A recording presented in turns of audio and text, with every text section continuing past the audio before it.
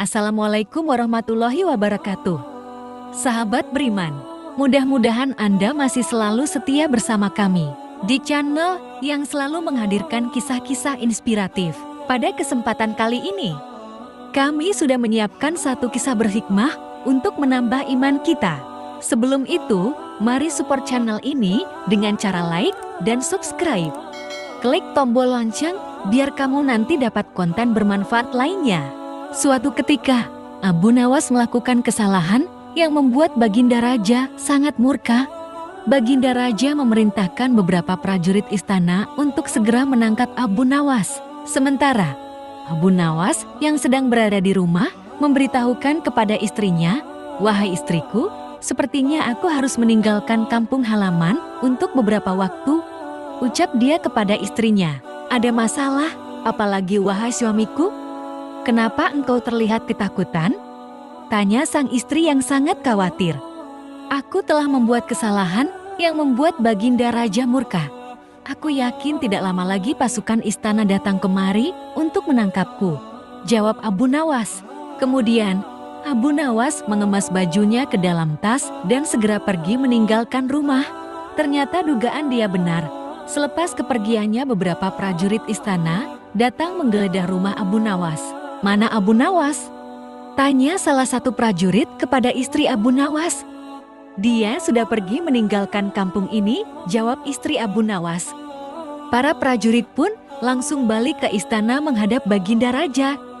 "Mana Abu Nawas?"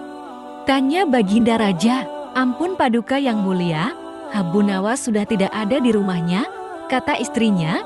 "Dia sudah meninggalkan kampung ini," jawab salah satu prajurit. "Kurang ajar. Dia coba menghindari hukuman," pikir Baginda Raja.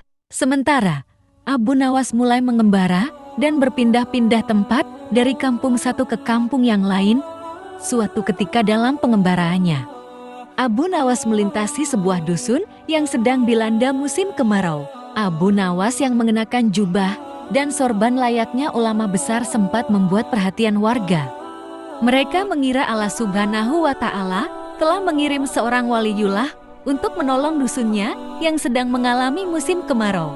Para warga pun segera mengerumuni Abu Nawas. "Assalamualaikum, Syekh, sudilah kiranya Tuan Syekh mampir sebentar di rumah kami, minta kepala dusun." Abu Nawas pun sudah menolaknya.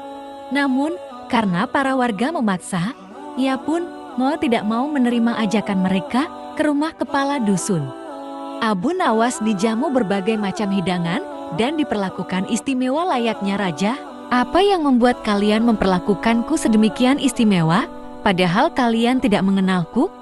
tanya Abu Nawas. "Begini, Tuan Syekh, dari penampilan Tuan, kami yakin kalau Tuan adalah ulama besar yang dikirim Allah Subhanahu wa Ta'ala untuk membantu desa kami," jawab kepala dusun.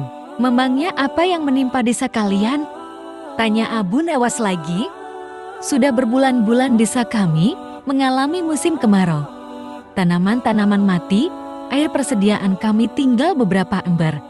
Doakanlah desa kami, wahai Tuan Syekh, agar desa kami diturunkan hujan," jelas kepala dusun. Abu Nawas terdiam mendengar keluhan mereka. Ia juga berbulan-bulan tidak mandi dan bajunya sudah lama tidak dicuci, padahal tujuannya ke sini untuk menumpang mandi. Beberapa lama muncullah ide cemerlang di otaknya. "Baiklah, aku akan memanjatkan doa kepada Allah Subhanahu wa Ta'ala supaya desa kalian diturunkan hujan. Tapi ada syaratnya," ujar Abu Nawas. "Apa itu syaratnya, Tuan Syekh?" "Kami bersedia melakukannya," balas kepala dusun.